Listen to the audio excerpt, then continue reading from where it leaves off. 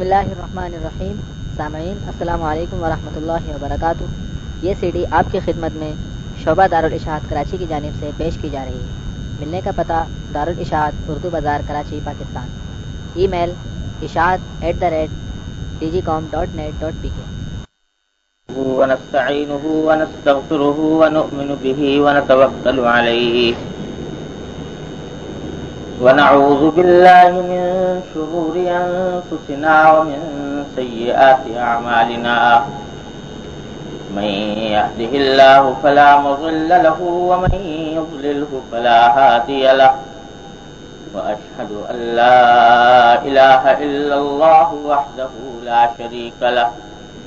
وأشهد أن سيدنا وسندنا ونبينا ومولانا محمدا عبده ورسوله صلى الله تعالى عليه وعلى آله وأصحابه وبارك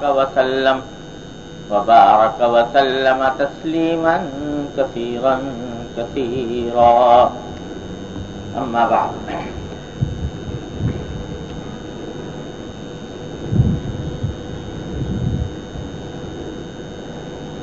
وعن ابی علی طلق بن علی رضی اللہ تعالی عنہ ان رسول اللہ صلی اللہ علیہ وسلم قال اذا دعا الرجل زوجته لحاجته فلتأته وان كانت على التنور.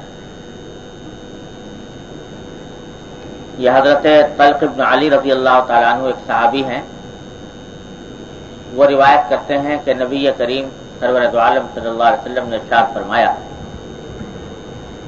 کہ جب مرد اپنی بیوی کو اپنی حاجت کے لیے بلائے تو اس پر واجب ہے کہ وہ آ جائے، خواہ وہ تنور پر کیوں نہ ہو. یعنی تنور جہاں روٹیاں پکائی جاتی ہیں، مراد یہ کہ اگرچہ وہ ایسے کام میں مشغول ہو، روٹی پکانے وغیرہ کے کام میں مشغول ہو، اس وقت میں بھی اگر شوہر اس کو بلائے، دعوت دے اپنی حاجت کے پورا کرنے کے لیے، تو اس پر واجب ہے کہ وہ آ جائے. اس سے نبی کریم صلی اللہ علیہ وسلم تمام خواتین کو اس بات کی تاکید فرما رہے ہیں کہ تنور پر ہونے کی حالت میں بھی مراد یہ ہے کہ کسی بھی ضروری کام میں مشغول ہو لیکن شوہر بلائے تو اس پر واجب ہے کہ وہ آئے. یہ سارے احکام در حقیقت اس لیے ہیں کہ اللہ تبارک و تعالی نے ہر مرد و عورت کے دل میں ایک فطری طور پر ایک جنسی جذبہ اور خواہش رکھی ہے، اور اللہ تبارک و تعالی نے اس فطری جذبے اور خواہش کی تسکین کے لیے ایک حلال راستہ تجویز فرما دیا، نکاح کا راستہ. اور شوہر اور بیوی کے تعلق میں اس ضرورت کے پورا کرنا یہ شوہر بیوی کے تعلقات میں اولین اہمیت کا حامل ہے. تو اس لیے سارے راستے جو حلال کے تھے وہ کھول دیے تاکہ کسی بھی مرد اور عورت کو حرام طریقے سے اس جذبے اور خواہش کی تسکین کا خیال پیدا ہو. بیوی کو شوہر سے تسکین ہو اور شوہر کو بیوی سے تسکین ہو، تاکہ باہر دیکھنے کا موقع نہ ملے، کی ضرورت پیش نہ آئے. تو اس واسطے اللہ تبارک و تعالیٰ نے نکاح کے رشتے کو آسان بہت بنایا. آسان اتنا بنایا کہ صرف مرد و عورت ہوں، دو گواہ ہوں اور وہ ایجاب و قبول کر لیں، بس نکاح ہو. کسی خطبہ پڑھنے کی بھی شرط نہیں ہے، سنت ضرور ہے کہ خطبہ پڑھا جائے، اور نکاح کسی دوسرے سے پڑھانے کی بھی ضرورت نہیں ہے. پڑھا لے تو سنت ہے، مستحب ہے. لیکن اگر اس کے بغیر بھی دو مرد و عورت دو گواہوں کی موجودگی میں بیٹھ کر کہہ لیں کہ کہہ لیں کہ میں نے نکاح کیا، دوسرے کا میں نے قبول کیا، تو نکاح منعقد ہو جائے. اس کے لیے کوئی مسجد میں جانے کی، کوئی باقاعدہ کسی تیسرے آدمی سے رابطہ قائم کرنے کی، کسی کو درمیان میں ڈالنے کی ضرورت بھی نہیں رکھی شریعت۔ کیوں؟ تاکہ حلال کا راستہ آسان سے آسان بنا دیا جائے۔ اور یہ تاکید فرمائی کہ نکاح کا رشتہ، نکاح کی تقریب اور نکاح کا معاملہ وہ سادگی سے اور آسانی سے انجام دیا جائے، کوئی رسم نہیں، کوئی شرط نہیں، کوئی لمبے چوڑی تقریبیں نہیں، آسانی کے ساتھ نکاح منعقد ہو گیا اور شریعت کا تقاضا اس سے پورا ہو گیا۔ یہ فرما دیا کہ جب جتنا ہو سکے جب اولاد بالغ ہو جائے تو اس کی نکاح کی فکر کرو، تاکہ اس کو حرام کی طرف جانے کی خواہش اور ضرورت پیدا نہ ہو، حلال کا راستہ اس کے لیے مہیا ہو۔ یہ فرما دیا کہ اعظم النکاح برکتاً ایسرہ مؤونۃ، سب سے زیادہ برکت والا نکاح وہ ہے جس میں زیادہ سے زیادہ آسانی ہو اور سادگی ہو۔ جتنا دھوم دھڑکا ہوگا، جتنا اس کو پھیلایا جائے گا، اتنی اس کی برکتیں کم ہو جائیں گی۔ حضرت عبد الرحمن ابن عوف رضی اللہ تعالیٰ عنہ صحابی ہیں، عشرہ مبشرہ میں سے، ان 10 خوش نصیب صحابہ کرام میں سے جن کو حضور اکرم صلی اللہ علیہ وسلم نے خوشخبری سنا دی تھی کہ یہ جنت میں جائیں گے، ایسے قریبی صحابی ہیں۔ حدیث میں آتا ہے کہ ایک مرتبہ حضرت صلی اللہ علیہ وسلم سے ملاقات ہوئی تو دیکھا کہ عبد الرحمن ابن عوف رضی اللہ تعالیٰ عنہ کے قمیص کے اوپر ایک زرد سا نشان لگا ہوا ہے۔ تو حضرت صلی اللہ علیہ وسلم نے پوچھا کہ یہ تمہارے قمیص پر یہ زردی کا نشان کیسا ہے؟ تو انہوں نے عرض کیا کہ یا رسول اللہ، میں نے نکاح کر لیا ہے ایک خاتون سے، اور نکاح کرنے کی وجہ سے میں نے خوشبو لگائی تھی، اس خوشبو کا یہ نشان پڑا ہوا۔ تو حضرت صلی اللہ علیہ وسلم نے فرمایا کہ بارک اللہ لک و علیک، اللہ تبارک و تعالیٰ تمہارے لیے اس میں برکت پیدا فرما، برکت کی دعا کرو۔ اور ساتھ میں یہ بھی فرما دیا کہ اولم ولو بشاہ، ولیمہ کر لو چاہے ایک ہی بکری سے کیوں نہ ہو، ولیمہ کیونکہ مصنون۔ لیکن غور کرنے کی بات یہ ہے کہ عشرہ مبشرہ میں سے ہیں، حضور اقدس صلی اللہ علیہ وسلم کے انتہائی قریبی صحابی ہیں، لیکن نکاح کر لیا، حضرت صلی اللہ علیہ وسلم کو بلایا تک نہیں نکاح کی تقریب میں۔ اور صرف بلانے کی بات نہیں، ذکر بھی برسبیل تذکرہ اس طرح آ گیا کہ آپ نے خود پوچھ لیا کہ زردی کا نشان کیسا ہے، تو اس کے جواب میں فرما دیا۔ حضرت صلی اللہ علیہ وسلم نے بھی کوئی پلٹ کر یہ نہیں فرمایا کہ بھائی تم اکیلے اکیلے نکاح کر کے بیٹھ گئے، ہمیں بلایا بھی نہیں۔ یہ بھی سوال حضرت صلی اللہ علیہ وسلم نے نہیں، اس لیے کہ شریعت نے نکاح کے تقریب کے اوپر کوئی شرط قید عائد کی ہی نہیں سرے سے۔ اسی طرح حضرت جابر رضی اللہ تعالیٰ عنہ ایک مرتبہ آ گئے اور آ کر انہوں نے بتایا کہ رسول اللہ میں نے ایک خاتون سے نکاح کر لیا ہے۔ جابر بہت قریبی صحابہ کرام میں سے ہیں جو دن رات حضور صلی اللہ علیہ وسلم سے ملتے رہتے تھے، خدمت میں آتے رہتے تھے، لیکن نکاح کر لیا، سرکار دو عالم صلی اللہ علیہ وسلم کو بعد میں بتایا کہ میں نے نکاح کر لیا۔ یہ عام رواج تھا حضور اقدس صلی اللہ علیہ وسلم کے عہد مبارک۔ یہ نہیں ہے کہ صاحب نکاح ہو رہا ہے تو ایک طوفان برپا ہے، ایک طومار کھڑا ہوا ہے، مہینوں سے اس کی تیاریاں ہو رہی ہیں اور مہینوں سے خاندان بھر میں اس کی دھوم ہے، اور 100,000 طرح کے ایک ہنگامے مسلط ہیں، اس کے بغیر نکاح نہیں ہو سکتا۔ اتنا آسان کیا شریعت، جتنا آسان شریعت نے کیا تھا نکاح کو، اتنا ہی ہم نے اپنی رسموں سے اس کو مشکل بنا دیا۔ دیکھ لو گھرانوں کے اندر لڑکیاں بیٹھی ہیں بغیر نکاح کے، اس لیے بیٹھی ہے کہ جہیز مہیا نہیں کر پاتے، نہیں کر سکتے، اس لیے بیٹھی ہے کہ تقریب کرنے کے لیے، عالی شان دعوت کرنے کے لیے پیسے نہیں ہیں، اور اس کے لیے حلال و حرام ایک ہو رہا ہے۔ یہ سب ہمارے پاس یہ چیزیں آ گئیں ہندوؤں سے، عیسائیوں سے، پتہ جانے کہاں کہاں سے چیزیں لے لی. حضور نبی کریم سرور دو عالم صلی اللہ علیہ وسلم نے جو سنت کا طریقہ ہمارے لیے مقرر فرمایا تھا وہ ہم نے چھوڑ دیا. اس کا نتیجہ ہے کہ حلال کے اوپر تو قطعاً عائد ہے، حلال کے راستے بند ہیں. وہ حلال طریقے سے نکاح کرنے کے لیے بہت بڑا امیر کبیر ہونا ضروری ہے، ہزاروں لاکھوں روپیہ چاہیے تب جا کے کوئی نکاح کر پائے گا. اور حرام کے راستے چوپٹ کھلے، حرام کے راستے چاروں طرف چوپٹ کھلے پڑے ہیں. نکاح کرنا چاہے تو اس کا راستہ نہیں، اور حرام کے لیے جب چاہے جس طرح چاہے کر لے. آنکھوں کو پناہ ملنی مشکل ہے. دن رات گھر میں ٹی وی چل رہا ہے، فلمیں آ رہی ہیں، اور اس سے جو انسانی جذبات ہیں ان کو برفروختہ کیا جا رہا ہے، ان کو بھڑکایا جا رہا ہے.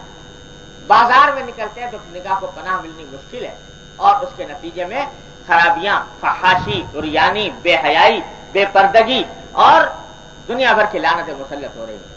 اور حلال کا جو راستہ شریعت نے رکھا تھا وہ اس وقت تک نہیں کر سکتے جب تک کہ 1000 آدمی بلائے نہیں، اتنا جہیز نہ ہو، اتنی بڑی دعوت نہ ہو، اس وقت تک یہ کام نہیں ہو.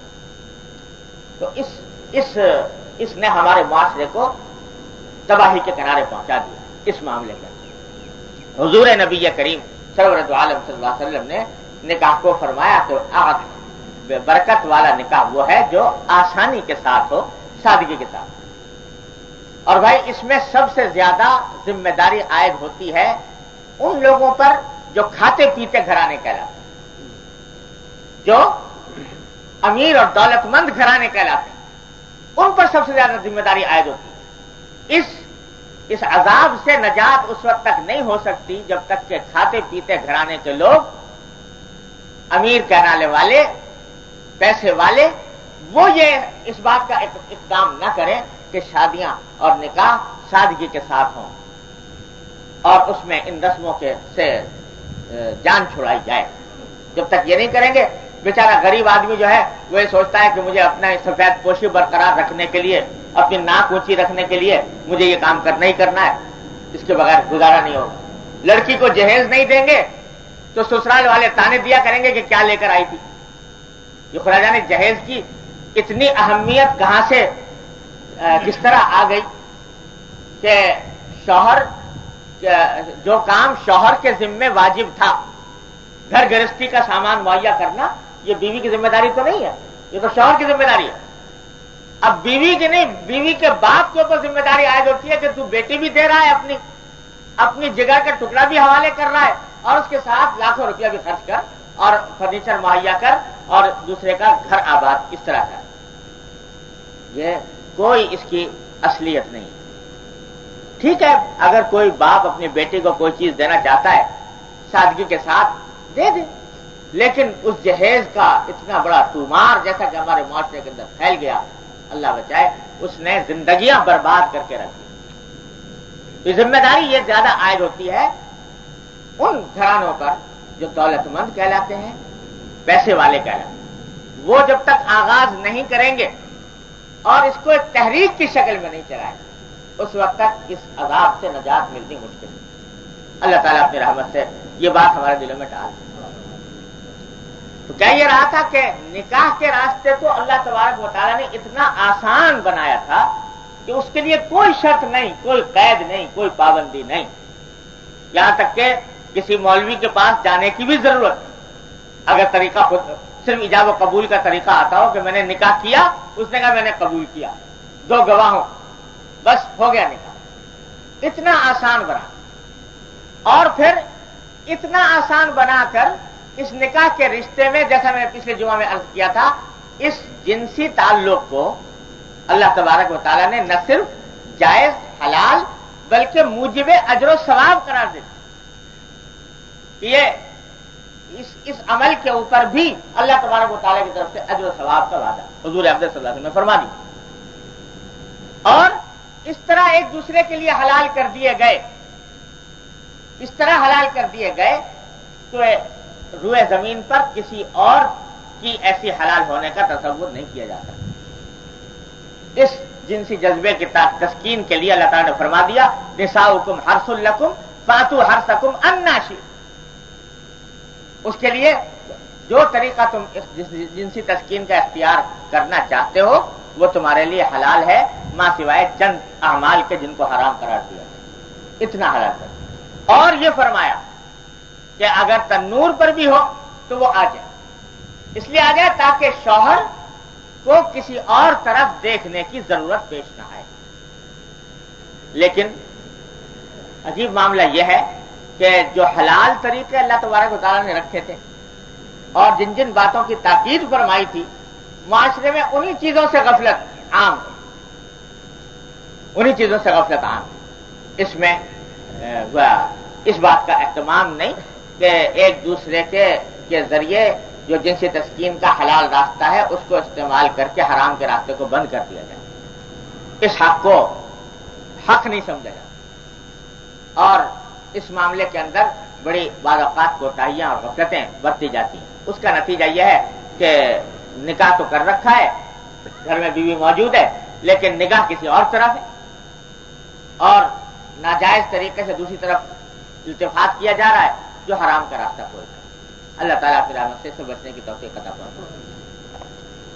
اسی طرح اگلی حدیث میں فرمایا وعن ابی ہریرہ رضی اللہ تعالی عنہ عن النبی صلی اللہ علیہ وسلم قال لو كنت آمرا احدا ان يسجد لاحد لامرت المرأة ان تسجد لزوجها۔ حضرت ابو ہریرہ رضی اللہ تعالی عنہ فرماتے ہیں کہ رسول اللہ صلی اللہ علیہ وسلم نے ارشاد فرمایا کہ اگر میں کسی کو یہ حکم دیتا، یعنی یہ حکم دینا میرے لیے درست ہوتا، جائز ہوتا کہ ایک شخص دوسرے کو سجدہ کرے، تو میں عورت کو حکم دیتا کہ وہ اپنے شوہر کو سجدہ کرے، یعنی کیونکہ اللہ کے سوا کسی اور کے آگے سجدہ کرنا جائز نہیں، لہذا میں یہ حکم نہیں دیتا کہ عورت شوہر کو سجدہ کرے۔ لیکن اگر اس دنیا میں کسی کا کسی کو سجدہ کرنا جائز ہوتا اللہ کے سوا، تو عورت کو حکم دیتا کہ وہ اپنے شوہر کو سجدہ کرے۔ کیوں؟ پچھلے جمعہ میں عرض کر چکا ہوں کہ وجہ یہ ہے کہ اللہ تبارک و تعالی نے شوہر کو، مرد کو نگراں، قوام بنایا ہے، امیر بنایا ہے زندگی کے سفر میں۔ زندگی کے سفر میں جہاں مرد اور عورت ساتھ زندگی بسر کر رہے ہیں، تو مرد کو قوام اور امیر بنایا اللہ تبارک و تعالیٰ نے اس زندگی کے سفر کو گزارنے کے لیے۔ اور یہ امارت ایسی ہے کہ اور جتنی امارتیں ہیں ان سب کا حال یہ ہے کہ کچھ دن کے لیے ہیں، کچھ دن کے لیے نہیں ہے۔ ایک آدمی امیر بن گیا، حاکم بن گیا، کسی ملک ہی کا حاکم کیوں نہ ہو، لیکن اس کی حاکمیت اور اس کی امارت ایک مخصوص وقت کے لیے ہے۔ کل تک امیر بنا ہوا تھا، آج معلوم ہوا کہ جیل خانے میں ہے۔ کل تک حاکم تھا، آج کوئی دو کوڑی کو پوچھنے کے لیے تیار نہیں۔ تو یہ امارتیں، یہ حکومتیں آنے جانے والی چیزیں ہیں، ایک دن کے لیے بنا، دوسرے دن کے لیے نہیں ہے۔ لیکن یہ جو میاں بیوی کا تعلق ہے، یہ زندگی بھر کا تعلق ہے، دم دم کا ساتھ ہے، ایک ایک لمحے کی رفاقت ہے۔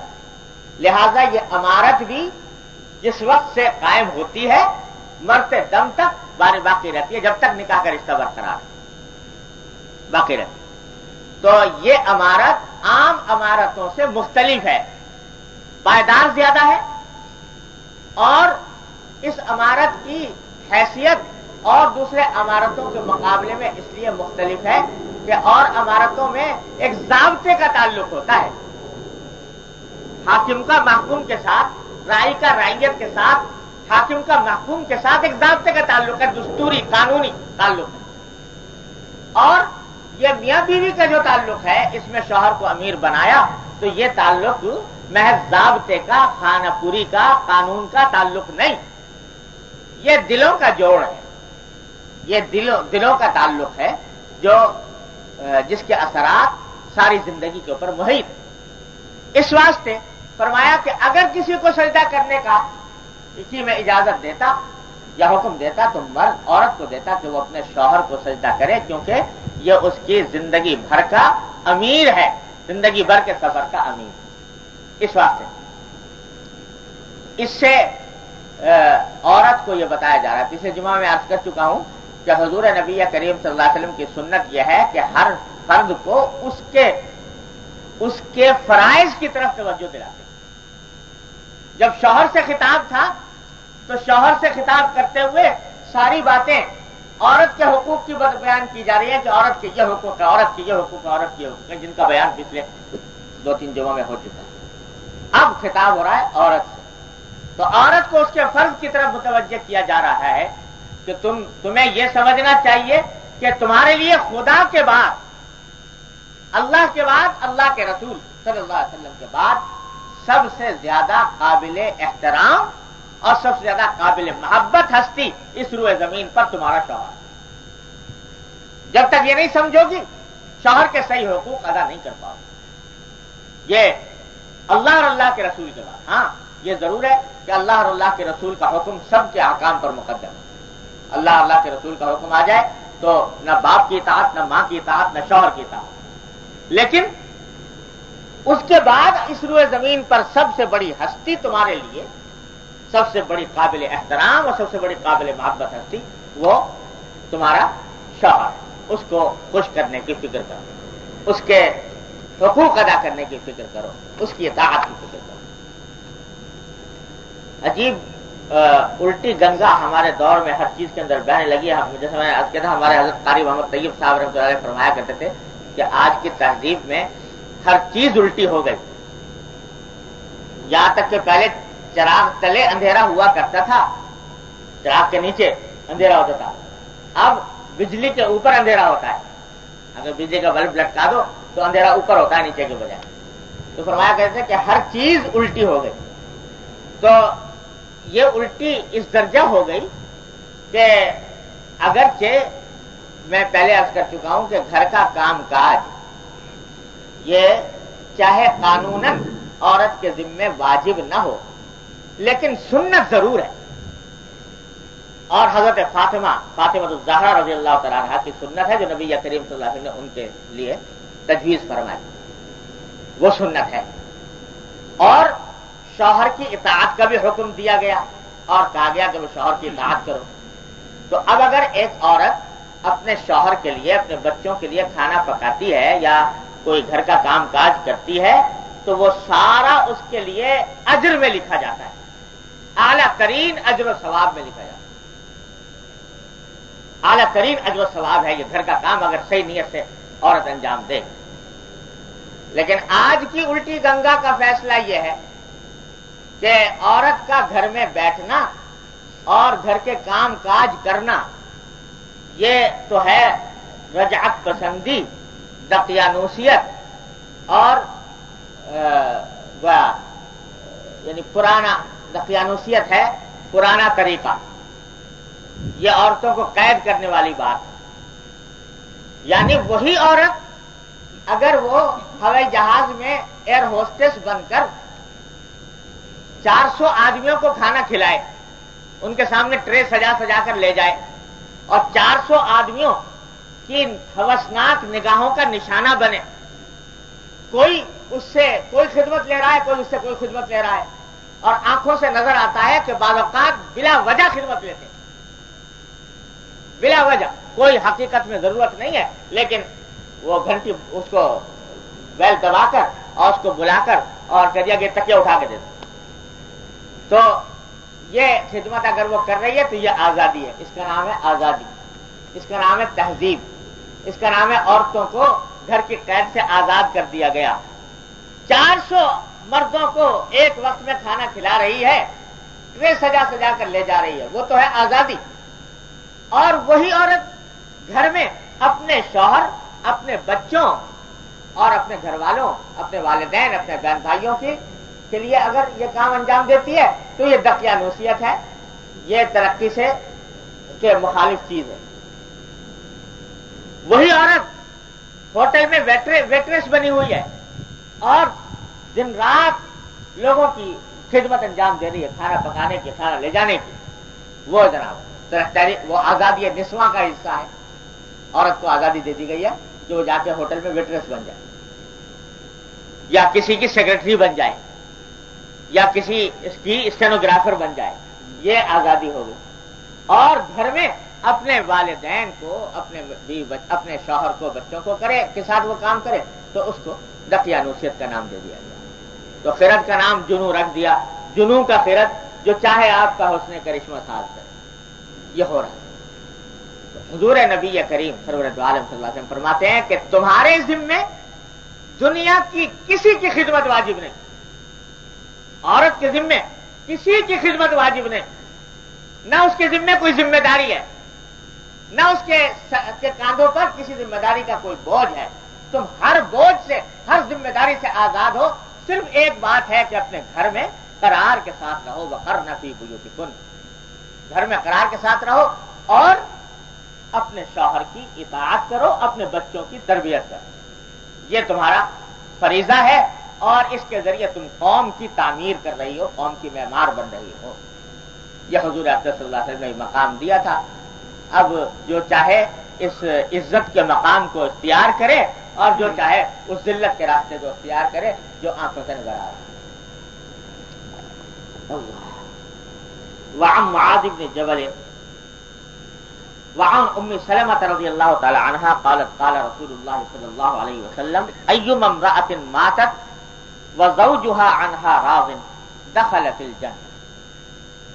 حضرت ام سلمہ فرماتی ہیں کہ رسول اللہ صلی اللہ علیہ وسلم نے فرمایا کہ جو عورت بھی اس حالت میں دنیا سے جائے، اس کا انتقال اس حالت میں ہو کہ اس کا شوہر اس سے خوش ہو، تو وہ سیدھی جنت میں جائے. شوہر اس کے سے خوش ہو، اس حالت میں اگر موت آ جائے تو جنت میں جائے گی. یہ حضور اقدس تو نبی کریم صلی اللہ علیہ وسلم فرمایا.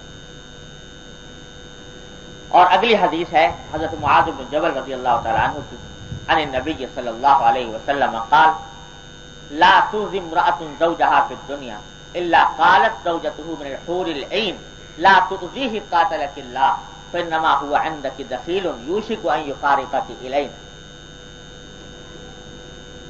نبی کریم صلی اللہ علیہ وسلم فرماتے ہیں کہ جب کبھی کوئی بیوی اپنے شوہر کو کوئی تکلیف پہنچاتی ہے،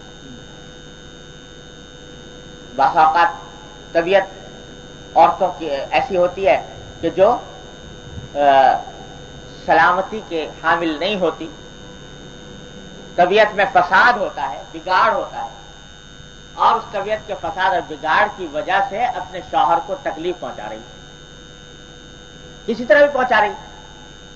تو جب بھی تکلیف پہنچاتی ہے تو اس کے شوہر کی جو بیویاں اللہ تبارک و تعالی نے جنت کے اندر حوروں کی شکل میں اس کے لیے مقدر فرمائی ہیں، تو وہ وہاں سے اس عورت سے خطاب کر کے کہتی ہیں، یعنی وہ حور جو اس شوہر کے لیے مقرر ہیں اللہ تبارک و تعالیٰ کی طرف سے، آخرت میں اس کو ملنے والی ہیں، وہ اس عورت سے خطاب کر کے کہتی ہیں کہ لا تؤذیہ قاتلک اللہ، اللہ تجھے مارے، تو اس کو تکلیف نہ پہنچا، اس واسطے کہ فإنما هو عندک دخیل، یہ تمہارے پاس چند دن کا مہمان ہے، اور یوشک ان یفارقک الینا، قریب ہے کہ تم سے جدا ہو کر ہمارے پاس آ جائے، تو اس کو تکلیف نہ پہنچا. یہ اس سے خطاب کرتی ہے. یہ بات حضور نبی کریم صلی اللہ علیہ وسلم نے ایسی طبیعت کی فساد رکھنے والی بیوی سے خطاب کرتے ہوئے اس کو متوجہ کر کے فرمائی کہ تم جو تکلیف پہنچا رہی ہو، اس تکلیف سے اس شوہر کا حقیقت میں کچھ بگڑتا نہیں.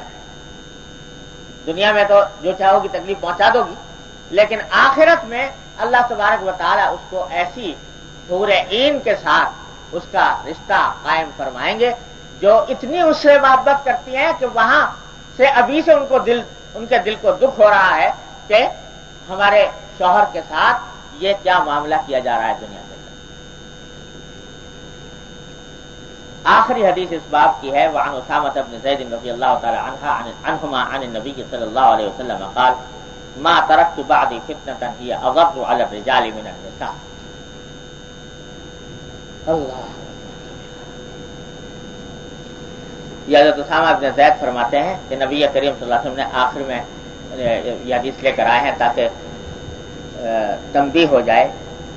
حضور اقدس صلی اللہ علیہ وسلم نے فرمایا کہ ما ترکت بعدی فتنة ہی اضر علی الرجال من النساء.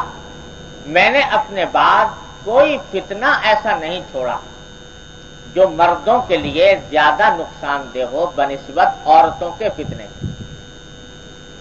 یعنی عورتوں کا فتنہ یہ اس دنیا میں شدید ترین فتنہ ہے مردوں کے لیے. اس حدیث کی اگر تشریح کرنے پر آئیں تو پوری کتابیں لکھی جا سکتی ہیں کس کس طرح فتنہ ہے. عورتیں مردوں کے لیے کس طرح فتنہ کے معنی ہے آزمائش. تو اللہ تعالیٰ نے عورت کو مردوں کی آزمائش کے لیے مقرر فرمایا ہے اس دنیا میں. تو یہ ایسی آزمائش ہے کس طریقے سے کس جہت سے آزمائش ہے اس کا احاطہ کرنا مختصر وجہ سے ممکن نہیں. آزمائش اس طرح بھی ہے کہ جیسا کہ حضرت یوسف علیہ السلام کے ساتھ آزمائش پیش آئی. یعنی مرد کی طبیعت میں ایک میلان رکھ دیا گیا عورت کے لیے اور اس کے حلال راستے بھی مقرر کر دیے گئے, حرام راستے بھی مقرر کر دیے گئے. تو آزمائش یہ ہے کہ آیا یہ حلال کی طرف رجوع کرتا ہے یا حرام کی طرف جاتا ہے. سب سے بڑی آزمائش ہے. پھر آزمائش یہ بھی ہے کہ جو حلال عورت ہے بیوی, اس کے ساتھ یہ معاملہ کیسا کرتا ہے. جیسا اللہ اور اللہ کے رسول صلی اللہ علیہ وسلم نے معاملہ کرنے کا حکم دیا ہے ویسا کرتا ہے یا اس کی حق تلفی کرتا ہے. تیسری آزمائش یہ ہے کہ کہیں ایسا تو نہیں ہے کہ بیوی کی محبت میں اور بیوی کے خیال میں اتنا غلو کر جائے کہ جو دین کے احکام ہیں ان کو بس پوچھ ڈال دے. یہ تو سن لیا کہ بیوی کو خوش کرنا چاہیے, حسن سلوک کرنا چاہیے, لیکن اس کو سن کر دین کے جو احکام ہیں ان کو بس پوچھ ڈال دیا. حرام کاموں میں, ناجائز کاموں میں بھی اس کی دلجوئی کر رہا ہے, ان کی صحیح دینی تربیت نہیں کر رہا. اس لحاظ سے بھی آزمائش ہے کہ محبت کا تقاضا یہ ہے کہ کچھ نہ کہے اور دین کا تقاضا یہ ہے کہ غیر دینی حرکات کے اوپر روک ٹوک کرے. یہ بھی آزمائش ہے کہ آزمائش ہے. غرض آزمائشوں کا کچھ ٹھکانہ نہیں ہے اور صرف یہ اللہ تبارک و تعالیٰ کی توفیق ہی سے ہو سکتا ہے کہ آدمی ان تمام آزمائشوں سے سرخ روئی کے ساتھ گزر جائے. اس کے حقوق بھی ادا کریں, اس کی تعلیم اور تعلیم و تربیت کا بھی خیال رکھے, اس کے نفع نقصان کا بھی خیال رکھے اور حرام کی طرف متوجہ بھی نہ ہو. ان تمام باتوں کا خیال کرنا یہ اللہ کی خاص توفیق سے ہی ہو سکتا ہے. اس واسطے حضور اقدس نبی کریم سرور دو عالم صلی اللہ علیہ وسلم نے یہ دعا تلقین فرمائی. آپ کی دعاؤں میں سے, معصور دعاؤں میں سے ہے کہ آپ نے فرمایا اللہم انی اعوذ بک من فتنۃ النساء. اے اللہ میں آپ کی پناہ مانگتا ہوں عورتوں کے فتنے, عورتوں کی طرف سے جو آزمائش میں انسان پڑتا ہے اس سے میں آپ کی پناہ مانگتا ہوں. اشارہ اس بات کی طرف کر دیا کہ اس آزمائش میں کھرا اترنا اور سرخرو ہونا یہ اللہ کی خاص توفیق کے بغیر ممکن نہیں. لہذا انسان کو اللہ تبارک و تعالیٰ سے رجوع کرتے رہنا چاہیے کہ اللہ میں اس آزمائش میں پورا اتروں, کہیں بہک نہ جاؤں, کہیں پھسل نہ جاؤں, کہ غلطی میں کا مرتکب نہ ہو جاؤں. تو اس واسطے یہ دعا بھی اپنی دعاؤں میں شامل رکھنی چاہیے جو حضور اقدس صلی اللہ علیہ وسلم نے تلقین فرمائی. اللہم انی اعوذ بک من فتنۃ النساء. اے اللہ میں آپ کی پناہ مانگتا ہوں عورتوں کے فتنے سے. اللہ. اب آگے اس خواتین کے میاں بیوی کے تعلقات کا ذکر کرنے کے بعد ان کے چند جزوی حقوق کا بیان اس باب میں, آنے والے باب میں کیا گیا ہے, جن میں سب سے پہلا حق بیان کیا گیا ہے نفقے کا. باب النفقۃ علی العیال. جو اپنے گھر والے ہیں, بیوی ہوں یا بچے ہوں, ان کے اوپر نفقہ کرنے کی ان کا نفقہ ادا کرنے کی تاکید اور اس کی فضیلت ان احادیث کے اندر بیان کی گئی ہے. چنانچہ پہلی حدیث حضرت ابو ہریرہ رضی اللہ تعالیٰ عنہ کی ہے، وہ فرماتے ہیں کہ قال قال رسول اللہ صلی اللہ علیہ وسلم دینار انفقتہ فی سبیل اللہ ودینار انفقتہ فی رقبہ ودینار تصدقت به علی مسکین ودینار انفقتہ علی اہلک اعظمها اجرا الذی انفقتہ علی اہلک۔ حضور فرماتے ہیں کہ ایک دینار وہ ہے، دینار یہ سونے کا ایک سکہ ہوا کرتا تھا اشرفی جیسا حضور اقدس صلی اللہ علیہ وسلم کے زمانے میں، ایک دینار وہ ہے جو تم اللہ کے راستے میں صرف کرو، یعنی جہاد، کہیں جہاد ہو رہا ہے، اس جہاد کی مدد کے لیے آپ نے ایک دینار صدقہ کر دیا، دے دیا۔ ایک دینار وہ ہے جو تم خرچ کرتے ہو کسی غلام کو آزاد کرنے کے لیے، ایک غلام ہے اس کو آزاد کرنے کے لیے ایک دینار میں غلام خریدا اور اس کو آزاد کر دیا، بڑی فضیلت کا کام۔ ایک دینار وہ ہے جو تم کسی مسکین پر صدقہ کرتے ہو، ایک غریب آدمی ہے اس کے اوپر ایک دینار صدقہ کر دیا۔ اور فرمایا وَدِّینَارٌ أَنفَقْتَهُ عَلَىٰ أَهْلِكَ، ایک دینار وہ ہے جو خود اپنے گھر والوں پر خرچ کرتے ہو۔ یہ 4 دینار ہو گئے نا، ایک جہاد میں صرف کیے جانے والا، ایک غلام کو آزاد کیے جانے والا میں صرف کرنے والا، اور تیسرا مسکین کو صدقہ، چوتھا وہ جو اپنے گھر والوں کے دان و نفقے پر، ان کی ضروریات کی تکمیل پر خرچ کیا جاتا ہے۔ حضور فرماتے ہیں کہ ان تمام 4 دیناروں میں سب سے زیادہ ثواب تم کو اس دینار پر ملے گا جو اپنے گھر والوں کے اوپر تم نے صرف۔ لوگ عام طور سے یہ مسئلہ لوگوں کو پتہ نہیں ہوتا، یہ سمجھتے ہیں کہ باہر جتنا صرف کیا اس کو ثواب ہے، اور گھر پر، بیوی پر، بچوں پر جو صرف کیا وہ ثواب نہیں۔ حضور اقدس صلی اللہ علیہ وسلم فرماتے ہیں سب سے زیادہ فضیلت والا نفقہ، سب سے زیادہ فضیلت والا خرچہ وہ ہے جو اپنی بیوی اور اپنے بچوں کے اوپر کیا جائے، بشرطے کہ حدود کے اندر ہو، بشرطے کہ حدود کے اندر ہو، اسراف اور تبذیر نہ ہو، ان کی ضروریات کو پورا کرنے کے لیے خرچ کیا جائے۔ دیکھو اللہ تبارک و تعالیٰ نے کیسا دین ہمیں عطا فرمایا کہ جو کام ہم کرتے ہی ہیں، کرنا ہی ہے، اس کو سب سے زیادہ ثواب کر دیا۔ بس فرق کیا ہے کہ زاویہ نگاہ کا فرق ہے۔ ہمارے حضرت فرمایا کرتے تھے، حضرت ڈاکٹر صاحب صلی اللہ علیہ وسلم، کیا رے بھائی دین جو ہے یہ صرف زاویہ نگاہ کے بدلنے کا نام، کام وہی کرو گے جو پہلے کرتے تھے، لیکن پہلے کسی اور زاویہ نگاہ سے کرتے تھے، اب جب کہ دین کے اندر، دین کے اوپر عمل کرنے کے طرف آ گئے تو اب کسی اور زاویہ نگاہ سے کرو، تو زاویہ نگاہ کا فرق ہے اور وہی دنیا دین بن جاتی ہے۔ تو یہ جو نفقہ دے رہے ہو بیوی کو، یہ بچوں کو، ان کے اوپر جو صرف کر رہے ہو، یہ سب اللہ تبارک و تعالیٰ کا اجر بن جاتا ہے۔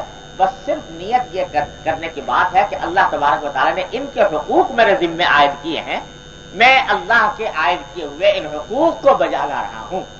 اس نیت کے ساتھ جب کرو گے تو یہ سارا عمل ان سب سے زیادہ مجھے ثواب بن جائے۔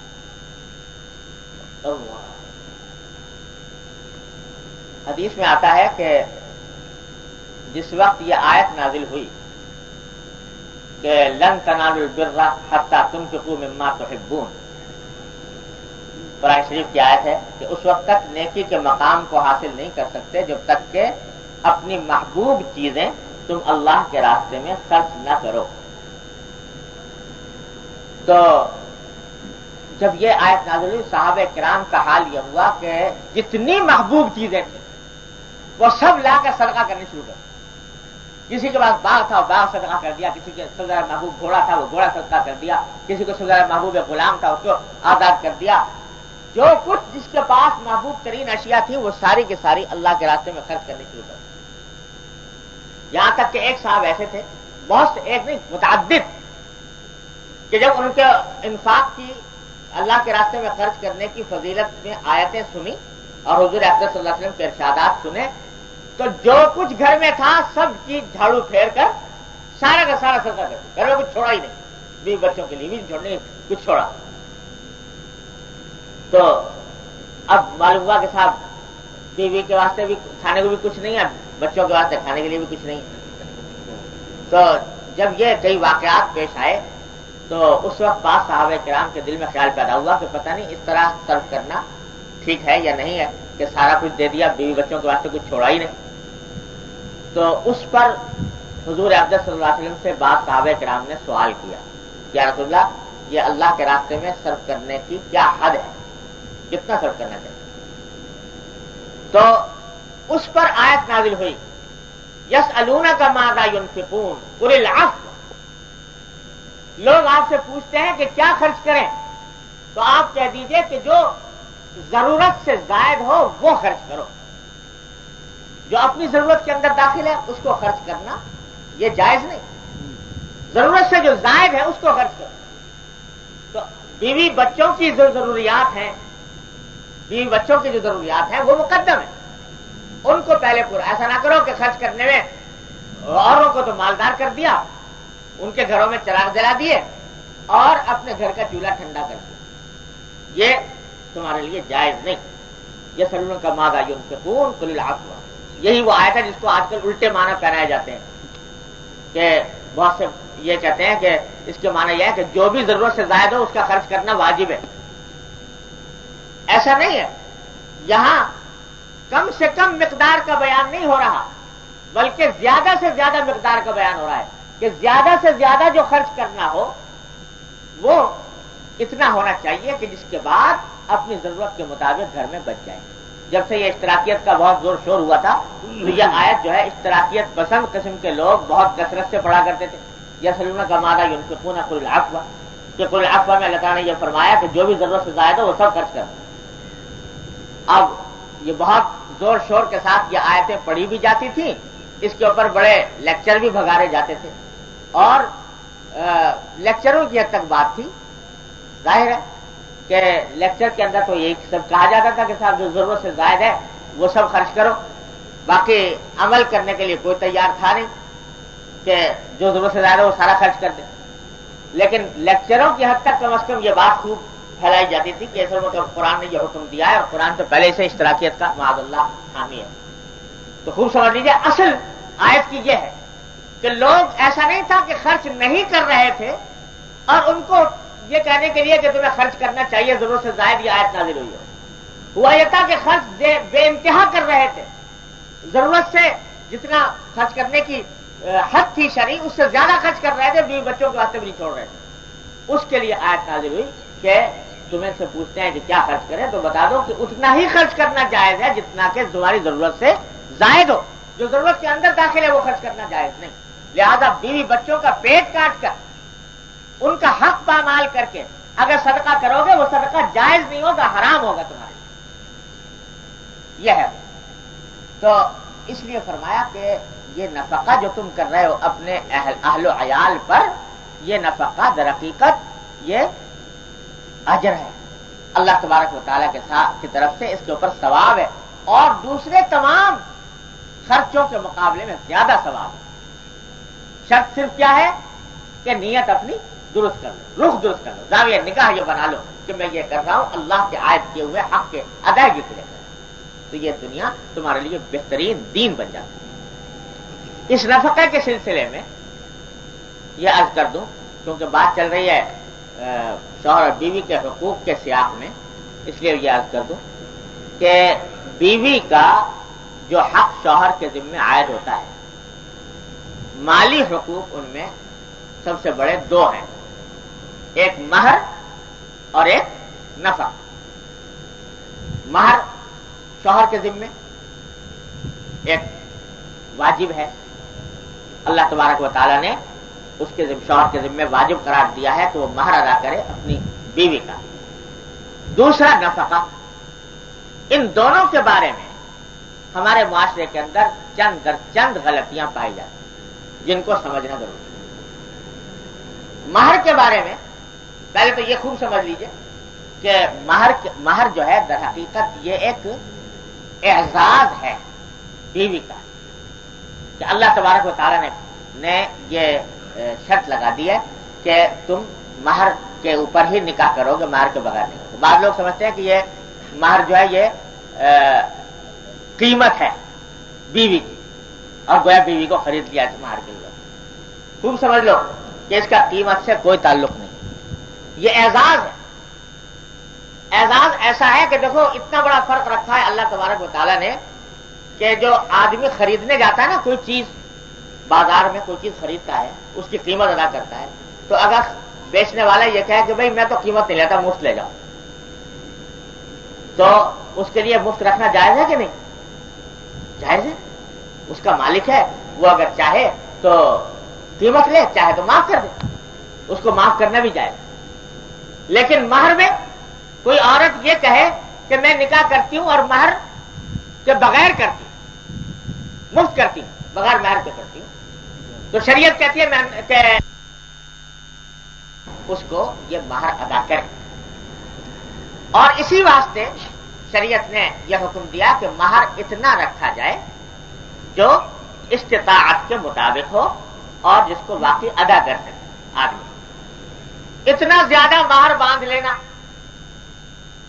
کہ نکاح کی مجلس میں تو معلوم ہوا کہ صاحب 2 لاکھ 3 لاکھ مہر باندھ لیا گیا، اور نکاح کرتے وقت بھی یہ ذہن میں ہے اور بعد میں بھی کہ ادا کرنا ہونا ہے نہیں کسی وقت، تو جتنا چاہو باندھ لو، پھر 2 لاکھ یا 10 لاکھ باندھ لو، 10 کروڑ باندھ لو، جب دینا ہی نہیں.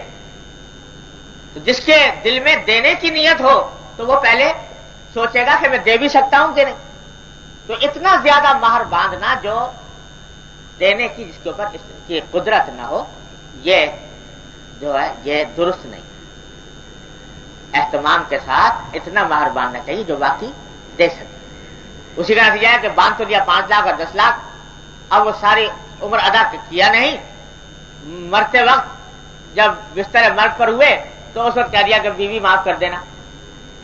اب وہ بیچاری اس وقت میں کیا کہے کہ میں نہیں معاف کرتا، تو کہہ دیا صاحب مہر معاف کروا لیا تھا. تو یہ طریقہ یہ مہر کا طریقہ ہے. اتنا باندھو جتنا دے سکتے ہو، پھر دینے کا اہتمام کرو. مہر کی 2 قسمیں ہوتی ہیں، ایک مہر معجل، ایک مہر مؤجل، ایک عین والا ایک حمزے والا. 2 قسمیں ہوتی ہیں. معجل کے اصل معنی یہ ہوتے ہیں کہ جس وقت نکاح ہو رہا ہے اسی وقت میں یا تو ادا کر دے، یا اگر اس وقت ادا نہ کرے تو جب بھی بیوی مانگے اس وقت ادا کر دے، وہ معجل کہلاتا ہے، عین والا. اور ایک جو مؤجل ہوتا ہے اس کے اصل طریقہ تو یہ ہے کہ اس کی کوئی مدت مقرر کر دی جائے کہ اتنی مدت میں ادا کیا جائے گا. اگر مدت مقرر نہیں کی گئی تو اس کی آخری مدت جا کر یا تو طلاق ہے یا انتقال ہے، اس وقت میں وہ واجب ہوتا ہے. تو جو مؤجل ہوتا ہے حمزے والا، اس کو بعض لوگ یہ سمجھتے ہیں کہ اس کے معنی یہ ہے کہ زندگی بھر ادا نہیں کرنا، جب تک کہ طلاق نہ ہو یا جب تک کہ موت نہ آ جائے اس وقت تک ادا نہیں کرنا. یہ مطلب ہے مؤجل. خوب سمجھ لیں، یہ مطلب نہیں. مطلب یہ ہے کہ آخری اس کی حد وہ ہے، لیکن اس سے پہلے اس کے ذمہ واجب ہے کہ وہ ادا کرے، ہر وقت واجب کہ ادا کرے. لہذا مہر کی ادائیگی کو محض ایک کھیل قرار دے لینا، جیسا کہ ہمارے معاشرے میں ہو رہا ہے، یہ شریعت کی صریح خلاف ورزی ہے اور اس سے احتراز واجب. دوسری طرف ایک دوسری انتہا یہ پیدا ہو گئی ہے، اب آج کل کثرت سے دیکھنے میں آتی ہے کہ انہوں نے کہا صاحب مہر جو ہے بہت کم باندھنا چاہیے، تھوڑا باندھنا چاہیے. تو وہ اتنا تھوڑا باندھنے لگے کہ جس سے مہر کا مقصد ہی فوت ہو گیا. اتنا تھوڑا کہ مہر کا مقصد ہی فوت ہو گیا. کئی مرتبہ میرے پاس ٹیلی فون آتے ہیں، لوگ پوچھتے ہیں کہ صاحب وہ مہر باندھا تھا پتہ نہیں 32 روپے یا 32 روپے شاید مشہور ہے لوگوں کہ 32 روپے. اسی زمانے میں جو سب سے کم مقدار درہم کی وہ 10 درہم ہوتی تھی مہر کی، 10 درہم، اس کی قیمت شاید 32 روپے ہوتی ہوگی کسی زمانے میں. تو اس 32 روپے کو ایسا لوگوں میں مشہور ہو گیا کہ صاحب یہ، اور لوگ کہتے ہیں ہم نے تو شرعی مہر باندھا ہے. یہ 32 روپے کا مہر، اس کو مہر شرعی سمجھتے ہیں. تو یاد رکھو یہ شرعی وری کچھ نہیں ہے. شرعی مہر یہ ہے، اصل بات یہ ہے کہ اس خاندان کی خواتین کا جو مہر مثل ہے بہتر یہ ہے کہ وہ باندھا جائے، اور اگر وہ نہ باندھے تو بہرحال اتنا باندھے کہ جس سے اس کا اعزاز بھی ہو.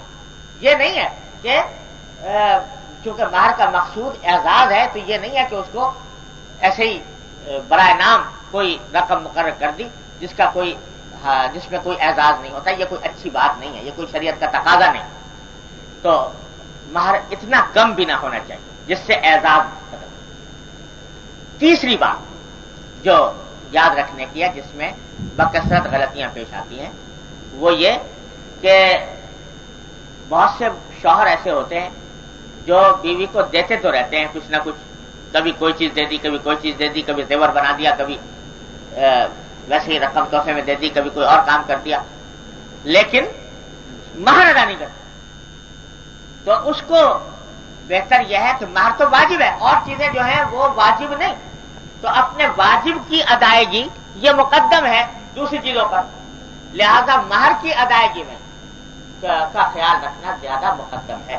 اور جو اس قسم کے اخراجات کیے جاتے ہیں ان کو اگر صراحتاً کہہ دیا جائے کہ بھائی یہ زیور میں بنا رہا ہوں، یہ تمہیں یہ مہر کے اندر دیا جاتا ہے، مہر کے طور پر دے رہا ہوں، ملکیت تمہاری ہو گئی، تو اس سے مہر بھی ادا ہو جائے اور بات بھی صاف ہو جائے۔ چوتھی بات جو اس سلسلے میں یاد رکھنے کی ہے، اور جس میں شاید ہی کوئی اللہ کا بندہ بچا ہوا ہو، سارے ہی ہمارے معاشرے کے لوگ اس میں مبتلا ہیں، وہ یہ کہ شوہر اور بیوی کی ملکیتیں ممتاز نہیں ہوتی۔ پتہ نہیں چلتا کہ کیا چیز شوہر کی ہے، کیا چیز بیوی کی ہے، ملکیت کس کی ہے۔ اگر کوئی یہ سوال اٹھائے بھی تو کہتے ہیں بھائی یہ تو غیریت کی بات ہے، یہ تو ہم ساتھ رہ رہے ہیں، لہذا کسی امتیاز کی ضرورت نہیں۔ تو اس کا نتیجہ یہ ہوتا ہے کہ ملکیتیں ممتاز نہیں ہوتی۔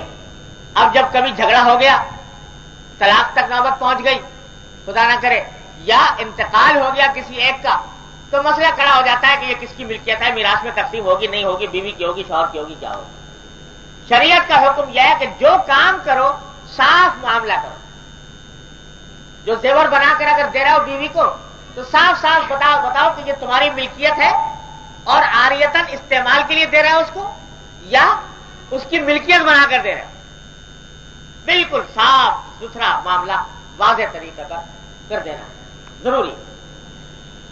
اب یہ ہمارے معاشرے میں رواج ہے کہ شوہر کی طرف سے بھی کچھ زیور چڑھایا جاتا ہے اور بیوی کے گھر والوں کی طرف سے بھی زیور چڑھایا جاتا ہے۔ تو عام طور سے ہمارے معاشرے میں رواج یہ ہے کہ جو شوہر کی طرف سے چڑھایا جاتا ہے زیور، وہ شوہر ہی کی ملکیت رہتا ہے، اگرچہ استعمال بیوی کرتی ہے، بیوی اس کو عاریتاً استعمال کرتی ہے، ملکیت شوہر کی ہوتی ہے۔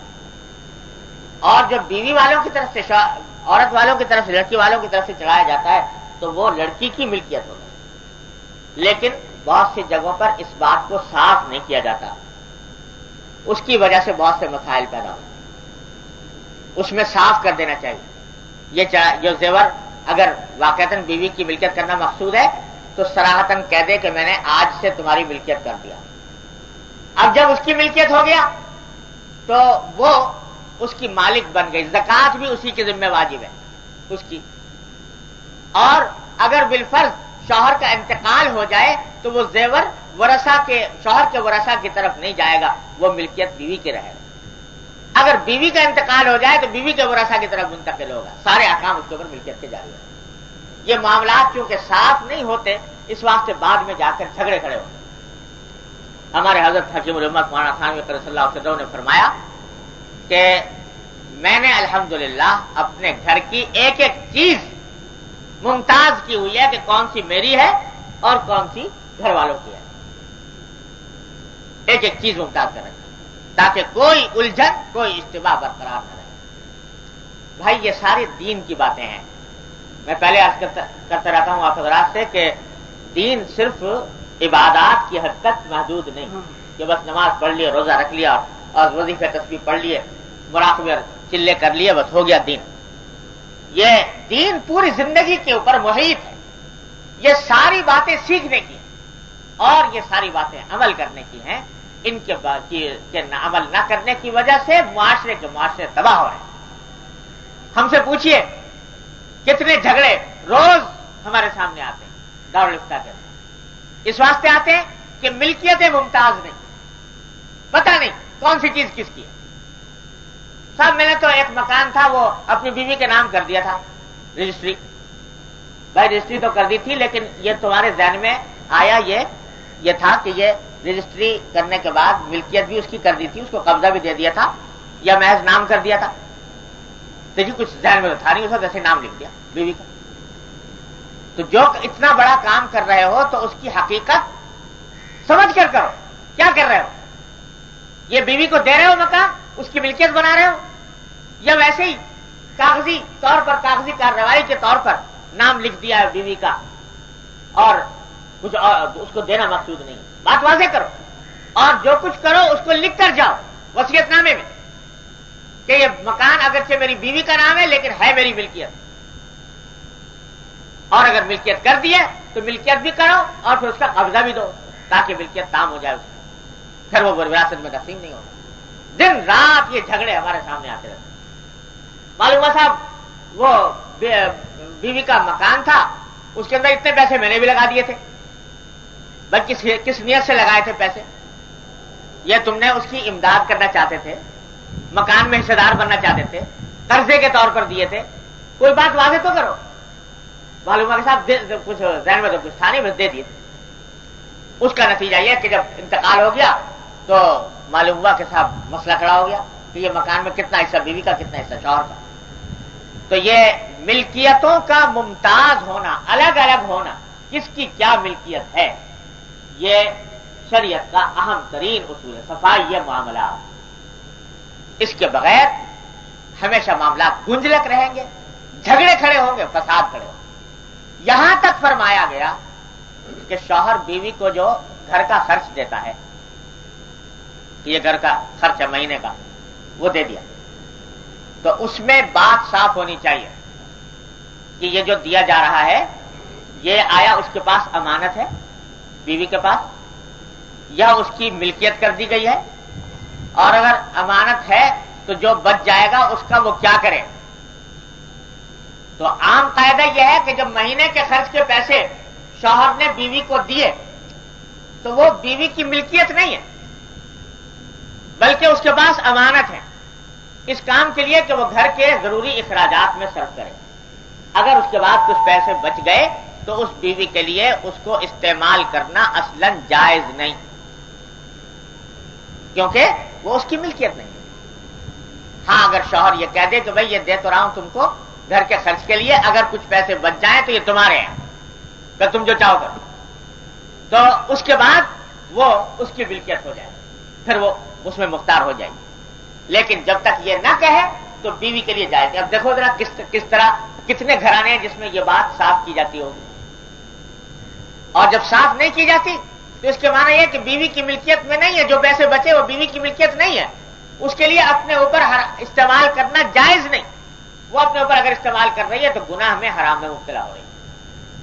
کس وجہ سے ہو رہی ہے کہ بات صاف نہیں کی گئی، معاملہ صاف نہیں رکھا گیا۔ یہ سب دین کا حصہ ہے، اس سب کو واضح کرنا ضروری ہے۔ ایک ایک پیسے کے بارے میں بات واضح ہونی چاہیے، ایک ایک چیز کے بارے میں بات واضح ہونی چاہیے کہ کس کی ملکیت ہے۔ مجھے یاد ہے کہ میرے والد ماجد قدس اللہ علیہ تعالیٰ ان کے درجات بلند فرمائے، آخری عمر میں جبکہ دل کے بیمار تھے، دل کی تکلیف تھی، تو زیادہ تر وقت چارپائی پر گزرتا تھا، اور ایک کمرہ تھا جس کے اندر وہ چارپائی بچھی ہوئی تھی، وہیں پر اپنا کچھ کام بیٹھ کر اسی پر کچھ کام بھی فرما لیتے تھے، اسی پر کھانا وانا بھی ہو جاتا تھا، نماز بھی اسی کمرے میں پڑھنا، پھر سونا بھی اسی کمرے میں، اسی کمرے محدود کمرے کے اندر زندگی محدود ہو کر رہ گئی تھی۔ تو ایک مرتبہ ایسا ہوا کہ کوئی چیز حضرت والد صاحب قدس اللہ سرہ نے مجھ سے فرمایا کہ تم دفتر سے، دارالعلوم کے دفتر سے فلاں چیز لے آؤ۔ میں لے آیا، حضرت والد صاحب قدس اللہ سرہ نے اس چیز کو استعمال کیا، یا اس کی جو ضرورت تھی وہ پوری کی، اور پوری کرنے کے بعد مجھے فرمایا کہ جاؤ واپس دے آؤ۔ تو میں نے غفلت سے، مجھے دیر ہو گئی، وہ چیز وہاں پر رکھی رہ گئی، واپس میں نے سوچا واپس کر دوں گا، شام کو کر دوں گا، چلا دیا۔ ایک مرتبہ والد صاحب نے فرمایا کہ بھائی اس کو ذرا واپس کرا، پھر مجھے کچھ غفلت ہو گئی، دیر لگ گئی۔ تیسری مرتبہ جب وہ دیکھا تو والد صاحب نے مجھے ڈانٹا، فرمایا کہ میں تم سے 2-3 مرتبہ کہہ چکا ہوں، اب تک تم نے واپس نہیں کی۔ خیر میں جا کر واپس کرایا، تو جب واپس آ گیا تو پھر مجھے ایک بات بتائی، فرمایا کہ آؤ تمہیں بتا۔ بات دراصل یہ ہے کہ دیکھو اس کمرے کے اندر جتنی چیزیں تم دیکھ رہے ہو، اس کے بارے میں اس بات کا حتی الامکان اہتمام کرتا ہوں کہ اس کمرے کے اندر کوئی چیز ایسی باقی نہ رہے جو میری ملکیت نہیں ہے۔ کوئی برتن، کوئی پیالہ، کوئی گلاس، کوئی فرنیچر ایسا نہ رہے جو میری ملکیت نہیں ہے۔ وجہ اس کی یہ ہے کہ میں اپنے وصیت نامے میں یہ لکھ چکا ہوں کہ اس کمرے میں جتنی اشیاء ہیں وہ میری ذاتی ملکیت ہیں۔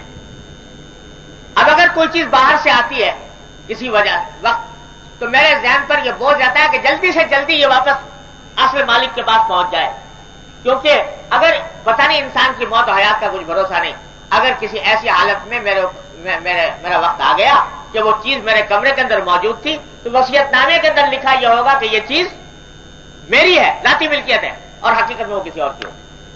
تو اس سے لوگ اس سے گڑبڑ پیدا ہو۔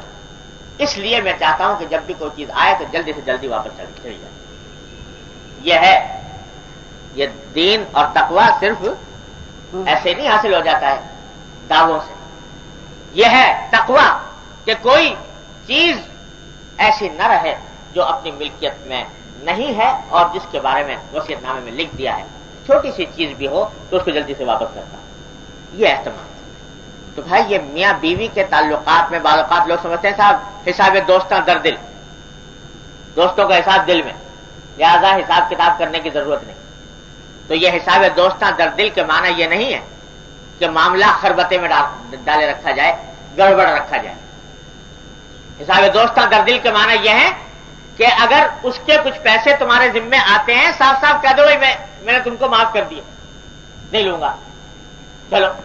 اگر ایسی فیاض ہو، سخی ہو تو کہہ دو، لیکن مبہم معاملہ رکھنا اس کی کوئی اجازت نہیں۔ تو عرض یہ ہے کہ شوہر اور بیوی کے تعلقات میں بھی املاک کو، ملکیتوں کو ممتاز رکھنا ضروری ہے۔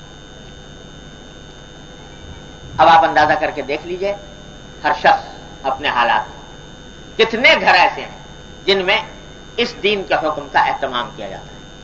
دیکھو گے تو نہیں ملیں گے۔ اب یہ ہیں جس کی وجہ سے معاملات خراب ہو رہے ہیں، حلال و حرام ایک ہو رہے ہیں، جھگڑے کھڑے ہو رہے ہیں، فساد برپا ہو رہے ہیں۔ یہی صورتحال کاروبار کے اندر ہوتی ہے۔ باپ بیٹے ایک کاروبار میں لگے ہوئے ہیں، سب بھائی لگے ہوئے ہیں، اب کسی کو پتہ نہیں ہے کہ کس کی کیا ملکیت ہے، کس کا کیا حق ہے۔ اگر کوئی کہے تو صاحب یہ کیا، نہیں تو غیریت کی بات ہے، ہم تو محبت پیار سے آپس میں کاروبار کر رہے ہیں۔ وہ محبت پیار کسی بھی وقت محبت پیار کی ہنڈیاں چوراہے میں پھوٹ جاتی ہے۔ اچانک کوئی مسئلہ کھڑا ہو گیا تو اس کے بعد وہ محبت پیار سب دھرا رہ جاتا ہے۔ پھر لڑائی جھگڑے ایسے کھڑے ہوتے ہیں کہ مقدمہ بازی تک نوبت پہنچتی ہے، ایک دوسرے کے جان کے دشمن ہو جاتے ہیں۔ کیوں؟ اس لیے کہ حساب کتاب نہیں کیا، اس واسطے کہ املاک کا کو ممتاز نہیں کیا۔ تو یہ سب نفقے کے باب کے اندر یہ سب باتیں داخل ہیں۔ جو چیز دے رہے ہو اس کے بارے میں صاف صریح طور پر واضح کہہ کے دو، یہ تمہاری ملکیت ہے یا یہ تمہارے پاس امانت ہے۔ یہ نفقے کا ایک لازمی حصہ ہے۔ پھر ہمارے حضرت حکیم الامت مولانا تھانوی صلی اللہ علیہ وسلم فرماتے ہیں کہ نفقے کے ایک تو معنی یہ ہے کہ بھئی کھانے کی حد تک اور ضروری کپڑے کی حد تک خرچہ کر دیا، ضروری کپڑا بنا دیا، کھانا دے دیا، یہ بھی نفقے کے اندر داخل ہے۔ لیکن حضرت فرماتے ہیں کہ نفقے کا ایک حصہ یہ بھی ہے کہ علاوہ کھانے کپڑے کے کچھ رقم اس کو اس کے جیب خرچ کے طور پر ایسی دی جائے جس میں وہ آزادی کے ساتھ خرچ کر سکے۔ بہت سے گھرانوں میں اس سے بھی غفلت ہوتی ہے۔ حضرت فرماتے ہیں کہ اس کا اہتمام کرنا چاہیے، یہ نہ ہو کہ کی ضرورت پیش آئی تو ہر وقت تم سے مانگتی پھرے۔ تو اس لیے کچھ جیب خرچ کے طور پر ایسی چیز مقرر کر دینا بھی نفقے کا ایک حصہ ہے۔ اور یہ جو دے رہے ہو، یہ چاہے پہلے قسم کا نفقہ ہو یا دوسری قسم کا نفقہ ہو، دونوں اس حدیث کی روح سے اجر و ثواب کا ذریعہ ہیں، لہذا اس کو محض ایک دنیاوی کارروائی سمجھ کر نظر انداز نہ کرو۔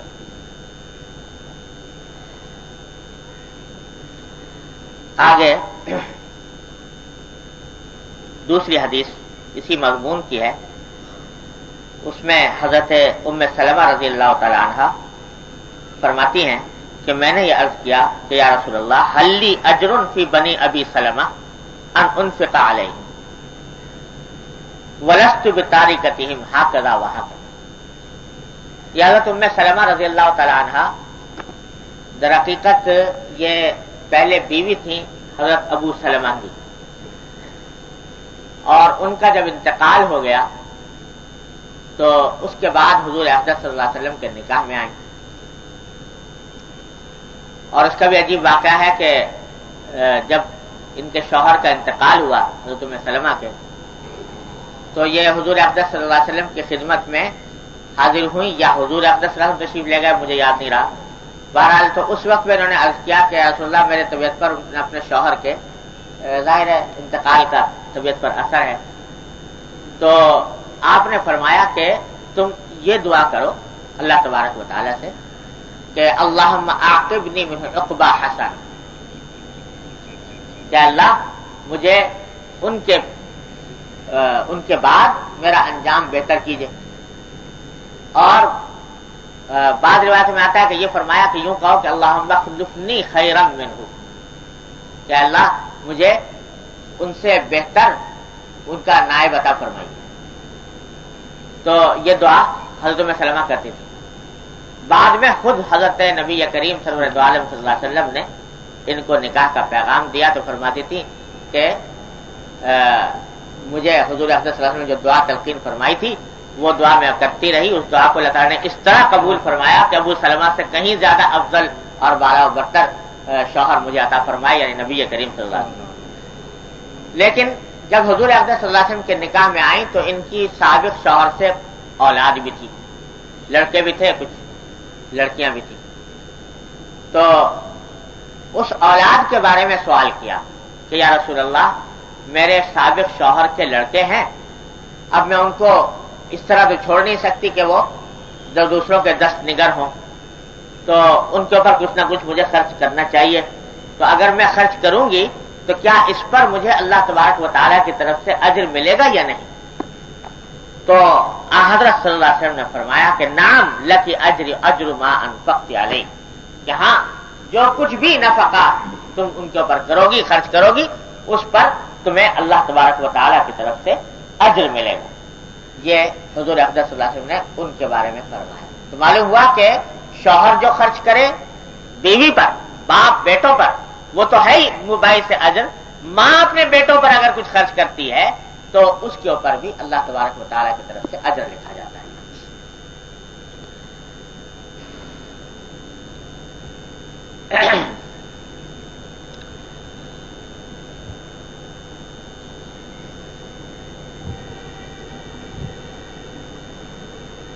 آگے بھی کئی حدیثیں اسی مفہوم کی آئی ہیں. حاصل ان سب کا یہی ہے کہ اپنے گھر والوں کے اوپر جو انسان خرچ کرتا ہے اس سب کے اوپر اللہ تبارک و تعالیٰ کی طرف سے اجر دیا جاتا ہے. آخر میں حضرت عبداللہ بن عمرو بن العاص رضی اللہ تعالی عنہما کی روایت نقل کی ہے کہ قال رسول اللہ صلی اللہ علیہ وسلم کفا بالمرء اثما ان یضیع من یقوم، کہ انسان کے گناہگار ہونے کے لیے یہ بات کافی ہے کہ وہ ان لوگوں کو ہلاکت میں ڈال دے جن کی دیکھ بھال اور جن کا نفقہ اس کے ذمے ہے. یعنی جن لوگوں کا نفقہ انسان کے ذمے ہے، بیوی ہے، نابالغ اولاد ہے، اور بالغ لڑکیاں ہیں، اور ماں باپ اگر کمانے سے معذور ہیں تو ان کا نفقہ، یہ سب انسان کی ذمہ واری. اگر اس نفقے کو ادائیگی کرنے میں انسان قاصر ہوتا ہے اور اس کی وجہ سے یہ لوگ پریشانی کا شکار ہوتے ہیں تو یہ بات انسان کے گناہگار ہونے کے لیے کافی ہے. یعنی اس کا یہ نہ دینا اس کے لیے سخت گناہ ہے. تو بات صرف اتنی نہیں ہے کہ نفقہ دے گا تو ثواب ہوگا، بلکہ اس کے برعکس یہ بھی ہے کہ اگر نہیں دے گا تو گناہگار ہو. جن کا نفقہ انسان کے ذمہ فرض، اور وہ ان کی مختصر فہرست میں نے عرض کر دی، جو عام طور سے جن کا نفقہ ذمہ ہوتا ہے بیوی، نابالغ اولاد اور بالغ لڑکیاں جب تک کہ ان کا نکاح نہ ہو، اور ماں باپ اگر وہ کمانے سے معذور ہوں، بلکہ اگر اور جو قریب رشتے دار ہیں وہ بھی اگر اپاہج ہوں، معذور ہو جائیں، اپاہج ہو جائیں، تو ان کا نفقہ بھی بعض صورتوں میں انسان کے ذمہ واجب ہو جاتا ہے، جس کی تفصیل فقہ کی کتابوں کے اندر موجود ہے۔ تو وہ ان سب کا نفقہ واجب ہے، اگر نفقہ نہیں دے گا تو اس صورت میں گنہگار ہو۔ وعن ابی ہریرہ رضی اللہ تعالی عنہ ان النبی صلی اللہ علیہ وسلم قال ما من يوم يصبح العباد فيه الا ملكان ينزلان فيقول احدهما اللهم اعط منفقا خلفا ويقول الاخر اللهم اعط ممسكا تلفا۔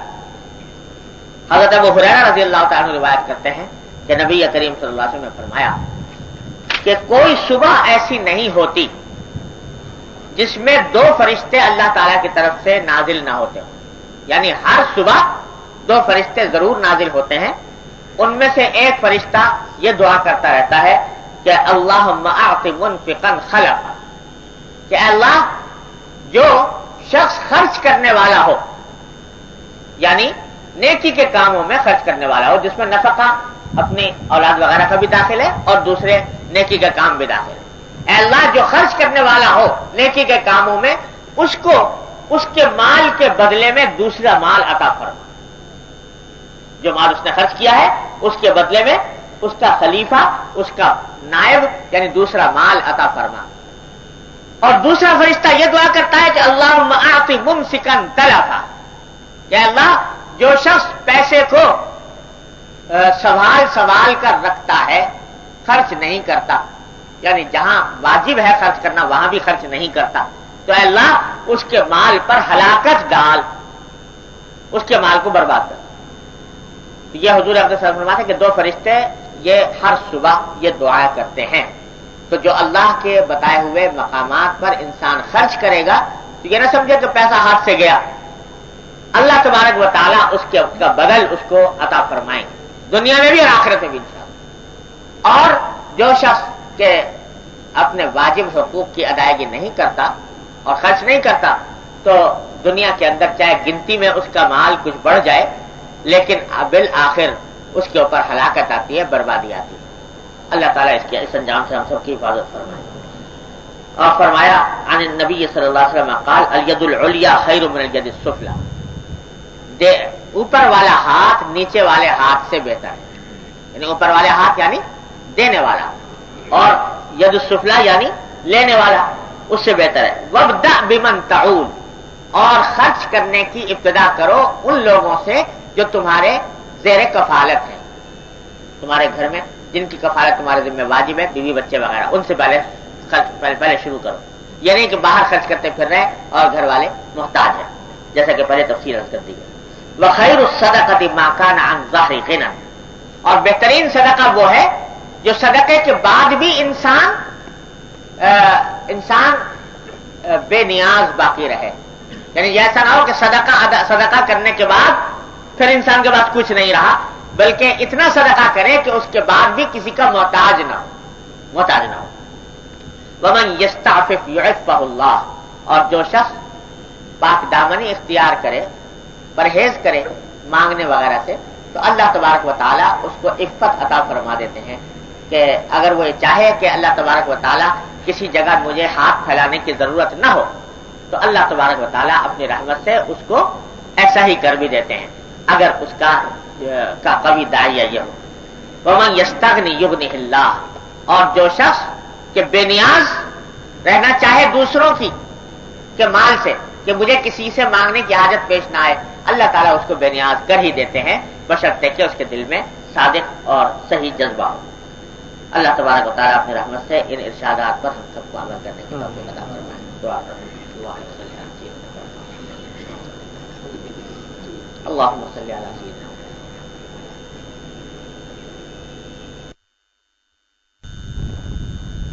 بسم اللہ الرحمن الرحیم۔ سامعین السلام علیکم ورحمۃ اللہ وبرکاتہ۔ یہ سی ڈی آپ کی خدمت میں شعبہ دارالاشاعت کراچی کی جانب سے پیش کی جا رہی ہے۔ ملنے کا پتہ دارالاشاعت اردو بازار کراچی پاکستان۔ ای میل ishad@dgcom.net.pk